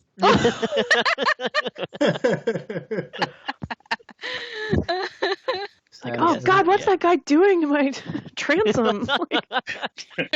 Now the rain's gonna come in. It's okay. It's a small hole. Oh God. Oh no. Stannis the Manus. I think this is the chapter where you start to like Stannis, though. Up until this one, he was kind of cold and didn't like he kills Renly and all that. But in this one, you finally see Stannis does have a brain in his head. Like he's not just doing whatever. He's actually listening to people that tell him things that are true. Yeah. This is where Stannis starts to turn around for me. I agree. It shows you. Well, I think maybe because he's been defeated, he's no longer this, impending doom for everybody else we know about. He's more human. He's now part of the struggle. Because up until then, I really thought he was going to take Storm's End, and I was worried more for Tyrion than for anyone else. Because I figured, Sansa would be fine, but he was probably going to kill Tyrion, and we cared about Tyrion at that point. But now, oh, you mean King's Landing? Sorry. Yeah, you said Storm's End. You mean King's Landing? Okay. I apologize. King's Landing. Yeah. That's all right. Up until now, I thought he was going to take King's Landing, but then after he's defeated, we now start feeling for him more. I think his cause is no longer as iron-proof or proof as we thought. He's now vulnerable, and we can relate to him more. I think so. I was very interested in his simultaneous defense of his right to inherit from Robert, and then also his seemingly not even questioned assertion that the throne would pass to Shireen after his. And I assume he means to whomever she marries, but that's not what he said, and it just struck me as like a very Dornish thing to say. Yeah. That it'll be mine, and then if I don't have an heir, it'll go to Shireen. He killed his brother, so it can't be passed out through a male. There's like no other choice. Yeah. Yeah, no, but but is he actually suggesting that they would put a queen on the throne? That just seems very. I think he might be. I think he's the only one ever to have a clear idea of what the succession rules should be. Like Stannis Baratheon, the most progressive character in Game of Thrones. Yeah, it just seems very like. It was surprising to me. Like he's like, whatever, That's merit. Yeah, but it's the law. So Well, I think it goes back to his right. It's his daughter, so it's his right that she be his heir, as opposed to anyone else. It seems with Stannis, he's more concerned about his right, and it just happens to align that his right is the one most legit of all the people around. So that's just a healthy coincidence, I guess. But it's his right, so he wants his daughter on the throne, I think. Do you think Stannis would acquiesce to a Targaryen taking back over if he met her and thought she was worthy? I honestly think yes, I do. his brain would explode. Yeah. Because she is technically the rightful heir if she comes back. Yeah, I think he's so rule-bound he'd have to be, wouldn't he? If he genuinely thought this new person was a person of honor and integrity, I think he would in a bizarre way. Yeah, he would. I mean, I don't think he would, because as far as everyone else is supposed to know, all the children are Robert's children, right? Like Stannis has to make up this, supposition that they're bastards born of incest. No, he doesn't make it up. Well, we know that it's true. He knows that. But I thought it was because of the genetic. I mean, the whole murder mystery in Game of Thrones that he actually did have what amounted to proof. From precedent rather than genetic testing necessarily. But I thought that was pretty ironclad as far as he was concerned. Yeah, Ned's letter made it, foolproof for him. I think there was doubt after Ned. I was just about to say Ned text him. No, Ned. Ned sent but Ned's letter never reached him. Oh, I think it did, didn't it? I don't think so. I think she showed it with a spear hole through it with blood stain on it. When it was yeah, he got that from Ned. No, I don't think he did. Oh, okay, I'm getting the show and the books mixed up. This is what happens when you join the Game of Thrones community halfway through, the show. I have exactly the same problem for sure. Always forgiven. Indeed. Anything else on this chapter? He says that Edric Storm is taken ill. Do we assume that's because of the leeching? Yes, 100%. That's why they're leeching him. Yeah, but I'm not sure he's actually ill. It's like, oh, you don't seem okay. We're gonna let you just for. Oh, I see what you're saying. Oh. I was thinking like because they performed the magical thing, like kind of like Stannis. All he did was have sex, but he lost years off his life because of it. I was wondering if the same thing was kind of happening to Edric Storm because of what they were doing with the blood. But I guess they hadn't even done it yet, so why would he be sick? No, they're just leeching him. So he's like, I have no blood. I just love the idea that Melisandre walked into the Maester chambers and was like, "Hey, are you still using those leeches?" He's like, no. She's like, "Oh, cool. Can you just throw them in this Pyrex when you're finished?" And nothing. Yeah. Just like, ew. Oh boy! If you don't want to just burn those when you're done and say these names, I'd appreciate it. So I have. Go ahead. Okay, thank you. So we have the part where Stannis has a vision in the fire. So that's the fist of the first man, at least it seems to be. And it's said that he had the vision after the battle when he was in despair. But the fist of the first man is actually like, it just happened like a few days ago.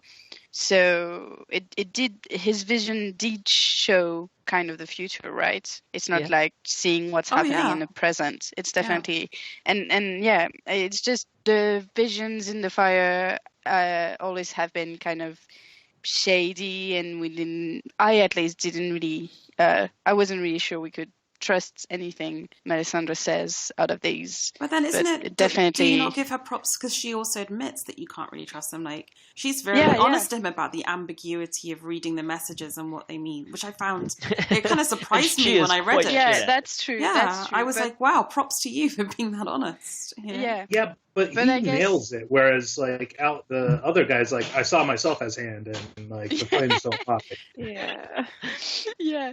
But yeah, that's one of the clearer visions we have, fire visions we have, I think. So you guys are skeptical that guy can actually see stuff because he sees Stannis on the Iron Throne, which I thought was actually remarkably probable. So well, that's a great, like, during your job interview, being like, I can help you out, and you'll be the best company in the world. Like, you're not gonna be like, you're not gonna make it. Sorry, but I still want the job.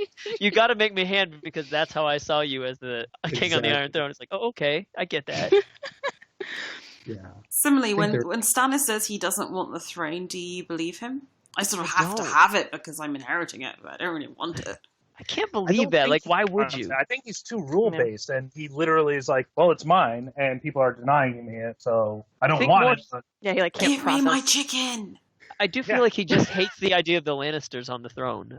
I don't know as if he would think any better of the Tyrells, but that's why I was asking whether or not you think he would allow Dany to become the queen, because it doesn't feel like he wants it. I think he would, because I think for him, the Lannisters, and especially the Tyrells, are just an upstart new nouveau riche house, whereas the Targs are like legit. So if he thought she was legit, yeah, he would. Do you think he would be more interested in her or in Fagon, assuming that he believed? Well, we'll see in Wins, but I think it has to be Daenerys because he was probably like, oh, I probably saw like the bloody mess that was left of Aegon, but we know like Daenerys at least escaped or was born on Dragonstone. Escaped, I think so. Like he would just be too suspicious to throw behind, because I mean, in terms of plus Dany has dragons, so Aegon would be the legal choice, right? Assuming that he's who he claims he is. Yeah. Assuming he is the one. Well, they're going to marry each other anyway, so you don't have to worry about that. Yeah. Problem solved. Fanny. Boom. I'm not sure Stannis gets to survive. Well, we'll see how George goes with Winds, but it seems to me he's in the north, and I don't know if he'll ever make it back down south. Stannis, I worry for the guy. Truly, I do. I feel like he'd be like, well, I have the better claim, but I'll take the black so you can become queen, because that's the only way it can happen. She's like, no, you don't have to do that. It's fine. It's like, no, I have to. It's a rule. I'm the king. It's the law. Actually, I'm not sure Stannis would have that much respect for the Targaryens. I mean, like, he saw what happened with Aerys and the, like, even in this chapter, there's the whole thing about the stone dragon and everything, and he's like, stop with the dragons. Like, everyone tried to get them back for centuries, and for years and years, and it hasn't worked, and Targaryens made fools of themselves and everything. But so I'm not sure he would. Yeah, well, obviously Dennis did bring them back. When she shows up with them, he's like, okay, well, that's the queen right there. I wonder too. I mean, now that I'm not sure I'm not sure he's like the Targaryens should be ruling so strongly. Like I'm not sure he thinks that she would be the rightful heir now that effectively a new dynasty has started. You know. Well, but now that we know it's pretty much over. how difficult a choice it was for him to go against Aerys. Yeah. Maybe he has a kind of inkling of like a Barristan Selmy kind of thing where he's like, this is my do-over. Yeah. This is my chance to, choose the other path. Yeah. I don't know that would necessarily be, but I mean, I see it as a possibility. That's why I keep failing, because I broke this one rule. And if I can make it right, I'm going to have sons. I failed my way up to king just to give it away. Yeah. Well, I think later he muses about this and says he had a choice between his king and his brother, and he sees the law or the right of the firstborn, which he gave to Robert as his elder brother, as more legitimate than, his king. So he had to obey his brother and put him above the needs of his king. I think he makes that point later on, and he begrudges Renly for not giving him the same due, and that kind of upsets him a lot with Renly's. And rightly so, I feel. I mean, as much as Stannis' rule banned, I think that was an incredible... Renly was in the wrong here, for sure. Yeah. But then I suppose Renly's point that, we've broken these hereditary rules. Right. It's sort of also valid. Renly and his fucking peach. Yes. This was such a waste. I mean, the whole war between Renly and Stannis. It's just annoying. Go back, yeah. So when Melisandre gave this chapter, she says it'll work, but not in the way that you think, because he thinks that he's going to kill these kings, and then they're going to look to him and they're like, well, he's clearly the next king. Where else are we going to go? And she's like, no, that's why it won't work, because they won't look to you as king. They'll all die, but they won't look to you. Indeed. And he doesn't get it. He's like, they have to go to me. Who else are they going to go to? Yeah, he's like, why won't they send for me? Right. That's clearly the way to go. I expect a phone call as soon as I hear Joffrey's dead. Oh my god. Text. I'm sure Tywin will show up. Just right by the phone. Tywin will show up in person and be like, hey, look, it didn't work out with Joffrey. Yeah, don't worry about Tom, and he's too young. Why don't you come be king? That's not going to happen. And he's like, well, let's start by getting rid of all of you lords. Exactly. You land to the wall. All of you. Okay, Jamie, go to the wall. So do we think the leeches worked? This is why I love George R.R. Martin. This is like the red comet.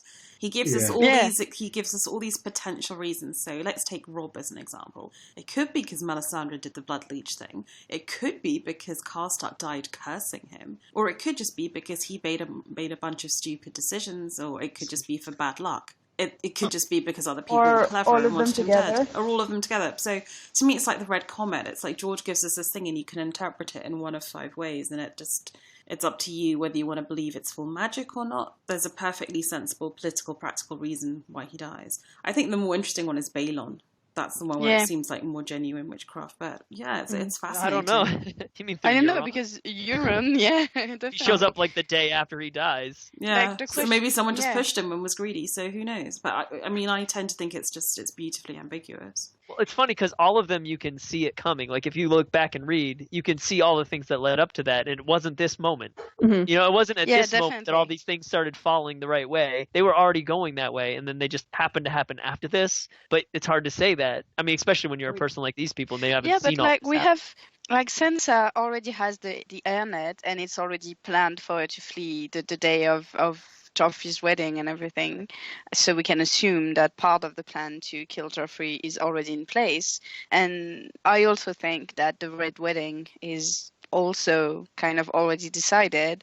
So I feel like the magic thing would take away the decision making from all of these characters. Like it doesn't matter what Robb did or what Tywin decides to do or what Littlefinger's doing with the hairnet and everything, because because Melisandre, and I don't like that idea that the characters just don't have. Sounds a bit too determinist, not enough free will. Definitely. I think that there have been great narrative pains taken to show that, as we're saying, like all of the pieces really are in place for all of these downfalls to happen. And I think Melisandre is just savvy in a way that very few of them. I mean, she's just really good at getting out in front of things and being like, none of this is going well. What if I tell him that they're going to die because, you know what I mean? She's already seen them die in the fires. She doesn't give like you already know. In the next month, everyone's going to die. It's like, that's a good, safe bet that like all three of those people eventually one day will die. Right. Like, I mean, plus either, like, what's the worst case scenario for her? Like, either she wins all three, she goes 3 for 3 because they're all at war and actively trying to kill each other, or he gets killed first and nobody is there to be like, but you said. I see Melisandre as very... Oh, sorry, go ahead. I was just saying that maybe Melisandre is using this as a tool to gain even more influence with Stannis, because we know that she can see things in her vision, so it's entirely possible that she's already seen them dying in the very near Absolutely. I agree. So, she's savvy that way. Yeah, so she's just using this as, I have this power, like she uses her glamours and stuff. And yes. And she's just using this to increase her influence. Have we also already had the Maggie the Frog, or not Maggie the Frog, the Lady of High Heart? Yeah, the Lady of High Heart. Have we already had that chapter with Arya where she tells them that she saw this happen? Coming up in the next couple of episodes, I think. And obviously we've already it happened the chapter before this one. She's the one, she and Patchface, I guess, are the two, like, prophet types in these books that really genuinely just scare the hell out of me. Like, the House of the Undying too. They have real power. Those I mean, but that was like the Warlock. I mean, you're kind of like, yeah, no shit, the Warlocks. But like these two just like randos wandering around, just being like, here's all the knowledge in fucking the creepiest way that we could possibly articulate it for you. You know? Also, the little Reed kid. Yeah, Jojen Reed is like, he saw everybody drowning in Winterfell, and that really wasn't what happened, but kind of was. But even he is very like somber, and I don't know. There's something about like the about seeing the future. Give me the wigs, give me the Wiggins. Knowing all the bad things that are going to happen. What is the Wiggins? The Wiggins, just like a. It's like the Withers. No, I think it might actually be from Buffy. I think it might be like a throwback to my Buffy fangirl days, but I think it's just like the creeps. In fact, this may well be the title of this episode, The Withers and the Wiggins. See, Wiggins, I think that is a British thing. I wonder if Joss Whedon picked that up when he was at boarding school in Britain, The Withers, Wiggins, and Woodwitch. Yeah, exactly. Now you sound like a Hobbit or something. Like Bilbo Wiggins. Wiggins. Oh, and when he's like the Withertooths and the Wereforths and the confiscation and the Sackville Wigginses.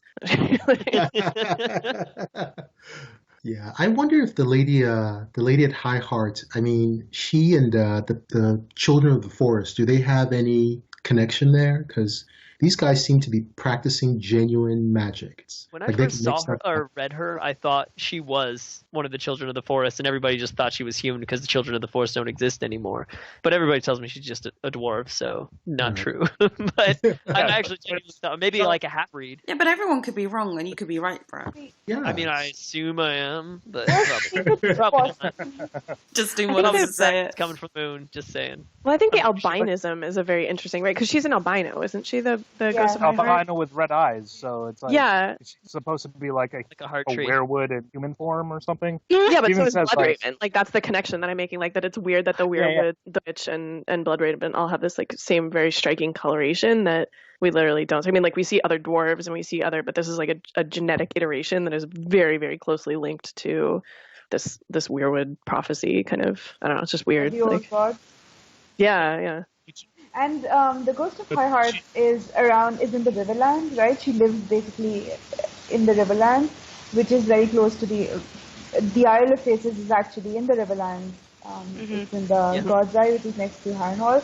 So, and a lot of people still believe that there are children of the forest on the Isle of Faces. So, I thought they were the green men. Yeah, the green men, and I think there's supposed to be this influence of children of the forest. I don't know. These are all just theories. So I don't know, but possible that she could have learned some of this stuff. I don't know. And when She's she not learned even it, in she this turned chapter, albino so- and red eyes. No, but like even Bran has to be taught, right? Kind of. I mean, Whiteraven opens his third eye, and then Well, Jojen yeah, kind exactly. of helps him along the way. Yeah. Yeah. Yeah, it's But how does Whiteraven know? Like, Because he's Whiteraven. That was one of the big surprises for me reading the books, to find out that Brendan Bloodraven was the Brendan from the Blackfire Rebellions. I thought that was magnificent, George. To take something that happened way back and make it relevant in the current story.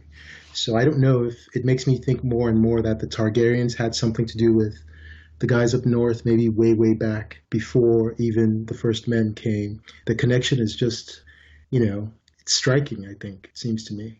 I think Is that our tinfoil theory of the day? Oh, yes, it is. I'll slap it here we on go. Yeah. We've gone Well, off I the think on a lot of levels, it's really interesting how how George Martin just puts everything there, the whole Blackfire rebellions and everything, and it's the two time periods are really connected, like politically and everything. We see stuff repeating and characters from the present time being kind of similar to characters from the Blackfire rebellions, and it's really interesting the way it all connects, and the way when you read the Duncan Egg stories and the World Book and everything, you kind of see all the connections. True, you can. And the way, and we had that in the previous chapter with Joffrey referencing the Aegon the Unworthy and everything, and you can see that this whole history is really still plays a part into what's happening now, and the chaos that was brought on by Aegon the Unworthy and the Great Bastards and everything is still looming. So to piggyback on Sarah's comment, in this chapter, when Stannis asked Davos, like, what's the punishment for treason? He lists what happened to Daemon Blackfire, the Coin brothers, even Rhaenyra Targaryen. So like he had like this whole Dance of Dragon thing like already planned out with names and stuff like that. The one name that he does list in that list is Grand Maester Harith. Do we know what happened to him? No, nobody knows. It's a blank Really? on there. Yeah, it's a blank. It's not even on it just Wiki says, or anything. Yeah, it says he was executed for treason. And you're like, yeah, I got it. Thanks. It's a He was a name Grand on the Maester. page. Executed for treason. Maybe it'll be in a future Worlds book, but not for now. Yeah. Possibly. Yeah, because the Toyn brothers were the Kingswood Brotherhood, right? No, they were the ones No, who they were- avenged the guy who was executed for sleeping with one of Aegon's mistresses. One Yeah. of the King's members. Yeah. Who killed Sorry. Knight. And they're the ones who killed. I mean, they tried to assassinate Aegon and killed Aemon, the Dragon Knight, in the process. Yeah. I find it amazing that Stannis knows all this stuff. Or maybe it's like standard history lesson for any highborn, I think it's I rather feel- standard. Yeah. I feel like Stannis would be the bookish one of the three if any of them were to be bookish. Well, Definitely. clearly it wasn't Robert, when I'm sure he could read, but Yeah. and Renly was a little too busy with court finery. I Yeah. just see Yep. Stannis like, nobody's friends with me, I'll read this book and just shut up.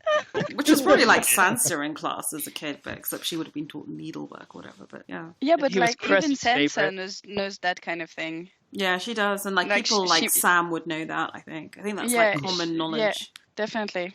Even Sam is I mean, pretty bookish. I don't think a lot of things he knows is common knowledge. Also true. Yeah, no, but like the fact that Sansa knows it, I mean, she's obviously interested in legends and history and all these stories of knights and everything. But still, that's the kind of history she knows about the Toyn brothers. I think she even makes a reference to them in one of her chapters. Totally agree. Joffrey, on the other hand, doesn't know if it's Aegon the Fourth or Aegon the Third, but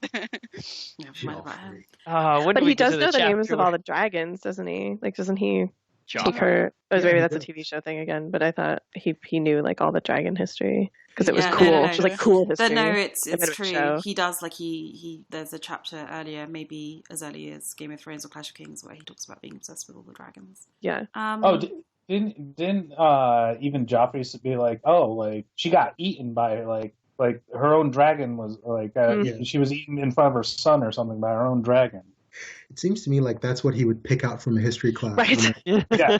That's like what fascinates him. Yeah. Eating. Yeah. So Joffrey is the. I miss him now that he's gone. But at the time. One of my favorite chapters with him is the one with Tywin where he's telling him like what Robert would have done. Telling him he didn't just hide under Castle Rock, and he's like, "Oh, thank you for that wisdom." Yeah.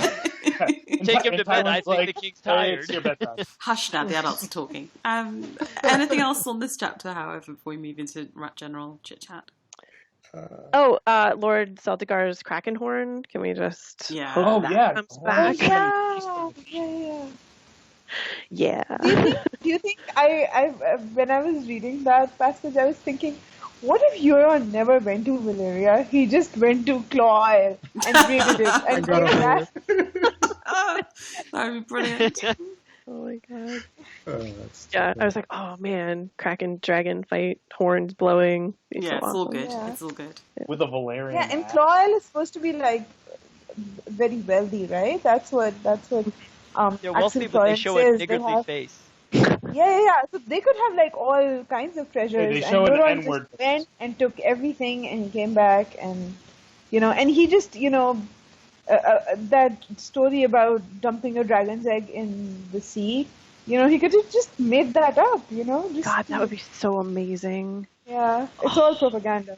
I don't feel like Euron's a fraud though. No. I know. It's a definite problem. Oh, yeah. He's problematic, but he's not a fraud. He's many things, but he's not a fraud. Victorian, on the other hand, I agree. have no problem if he makes shit up. I like the idea that he would be just painfully delusional, right? Just like he has told himself that he went to, like, not that he's lying or like putting a fit, that he truly believes that he made a journey all the way to, but really he just he found America and called it India. His own wife, right? Exactly. Oh, what an idiot! It's like, wow, that was so much easier than I expected. That guy really is a cockball. Well, there's this they whole look just like the slaves. It was crazy. Like, there's this whole alternate history of the Trojan War that, like, they gathered at Aulis the first time and they sailed to what they thought was Troy and just, like, sacked the crap out of it. And then the king, after the battle was over, came out and was like, "The hell are you guys doing?" He's like, "Oh, is this not Troy?" Like, there's this whole I'm totally serious. There's like a whole alternate timeline where it takes them 20 years to get to Troy instead of 10 because they have this like unfortunate like pre-sacking, and then they all have to go and like reconnoiter back in Greece, and then that guy shows up to like give them directions to Troy just so it doesn't happen. But even like taking 10 years to get to fake Troy is a little bit tragic, isn't it? Yeah.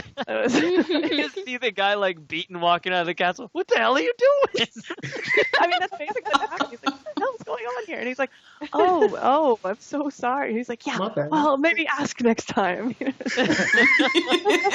goddamn envoy. I would have told you this wasn't Troy. That's exactly what the Trojans would say. Sack it. Exactly. In for a penny, in for a pound. Not Troy. Next city, That's sort of like Danny, isn't it? Just going from city to city. It's in the way. Let's just have a bit of pillage. Indeed. We're here. Might as well, Bit of rape and pillage. He's gonna fly across the narrow sea, be like, "Hey, look, King's Landing." It's like, no, this is Old Town. What the fuck are you doing? next city over. Yeah, I don't know. I'm just basing off some story my weird, twisted brother told me. I've never been to before. No one gave me a map. They just gave me some rando dragon's eggs. Indeed. Old Town's burning down, and the Macer's just like, "This is why we killed all the other goddamn dragons." Thank you very much, world. Yeah. Oh boy. However, I will repeat. Anything else on this specific chapter before we descend into chaos and after show? I think we already did. I think we're good. I know, my mission has failed. Okay, well, I would like to formally close out this podcast, episode 41. I can't believe it, of Linear Rereads. I want to thank my co-hosts, Whiteraven, Nymeria, Dr. Blood, Varley, Nadia, and Wilson. Wilson, what's your forum name going to be? Or are you just going to be like hang and be Wilson? No, I think I'll be a Wandering Prophet. Nice. Why? Yeah. So what's the meaning behind your avatar name? Well, it's actually Euron. It's Euron Greyjoy there. That's who I joined on. That's an excellent guy to name yourself after. Not Euron. Aaron, the damp hair. Ah, okay. Either way, I think you're in the wrong. But go ahead. Exactly. Well, I think Aaron Aeron is better than Euron, but slightly.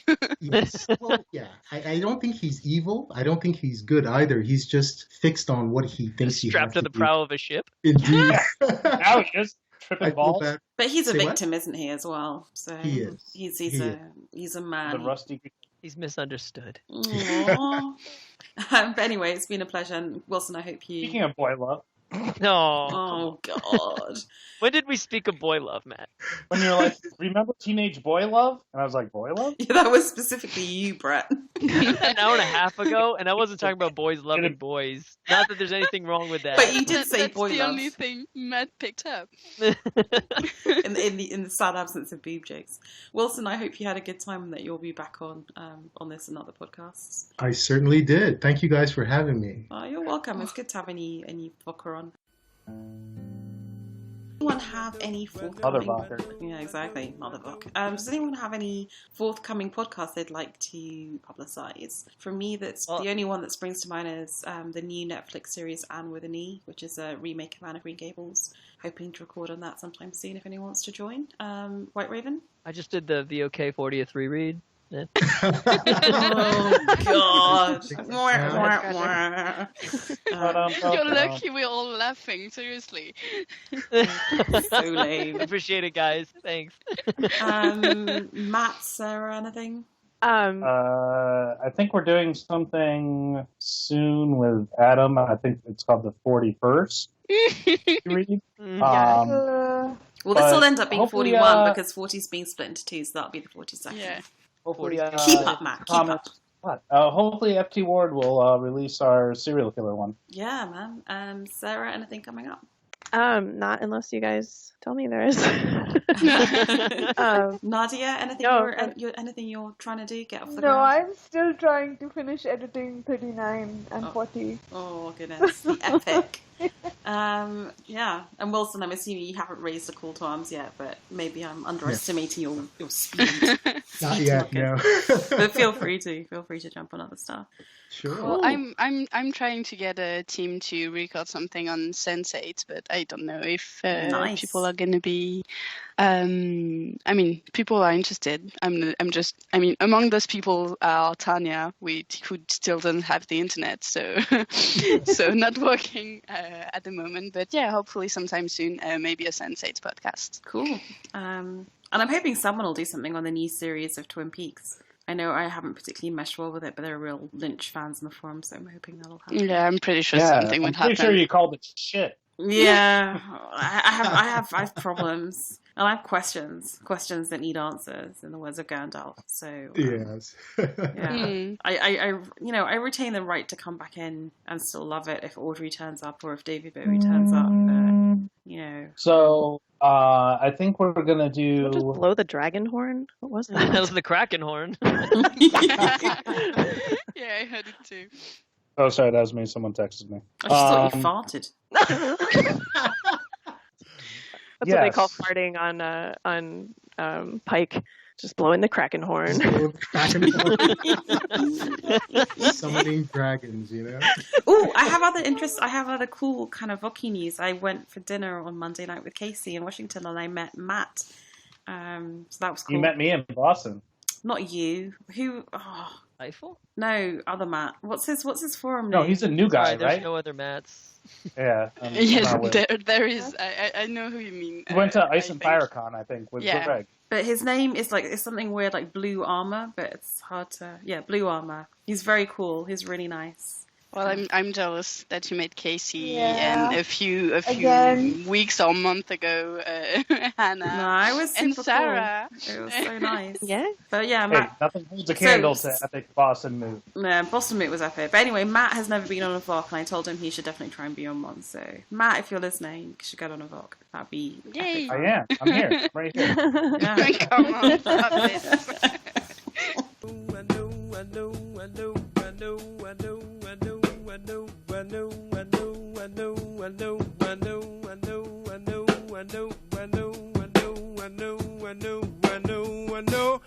Sabina, can I do a PSA real quick? Please do. VOK PSA.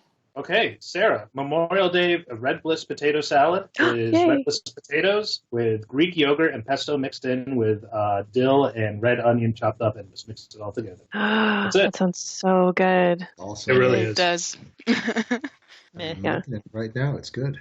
I know, yeah, it does. I approve wholeheartedly, and now I'm very hungry. Thank you. I feel that we should have a new VOK sort of ad break, because that wasn't really a PSA, that was a recipe slot. So I think we should now have VOK recipe slot. Like Bina making kulfi? Like me making coffee, which is still, I don't know if it's going to be any good. It tastes really good, but it needs to freeze. It's not really freezing. So what are you making? Like an Indian ice cream, but I don't have an ice cream maker. I really want one now. I mean, maybe this is just me sounding stupid, but isn't it like 100 degrees all the time in India? How do they make ice cream? Well, we have they have electricity, you know? And freezers. Yeah. Well, yeah, now, but it's not like traditional Indian food, right? Well, refrigerators. For someone that have been doesn't have around water, for you should 100 shut up, years, Matt. Hey, they don't have hot water, asshole.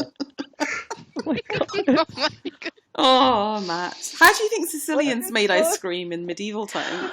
Do ice? City refrigerators have been around for like 120 years. I think it's, But like, They made their way there. Why gelato, For a though? while. Like, how did gelato become such a thing? I was seriously thinking about this the other day because we went to that pop-up museum of ice cream in LA, and there was surprisingly little information for calling themselves a museum, and I was very disappointed that I did not learn about like the history and origins of ice cream. You went to the museum in LA. I know. A pop-up museum in LA, so, shut up. I also want to point out that not all of India's hot. I mean, doesn't India technically contain like the Himalayas and shit? I mean, like there are bits of India that are mountains. You can go from like plus 50 to minus 50 in a few hours of being in a plane. So, yeah.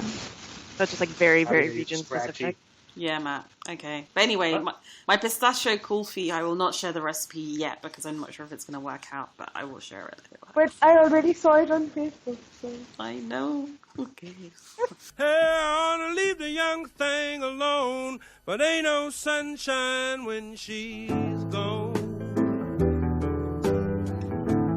Ain't no sunshine when she's gone. Only darkness every day. Ain't no sunshine when she's gone, and this house just ain't no home. Anytime she goes away, anytime she goes away, anytime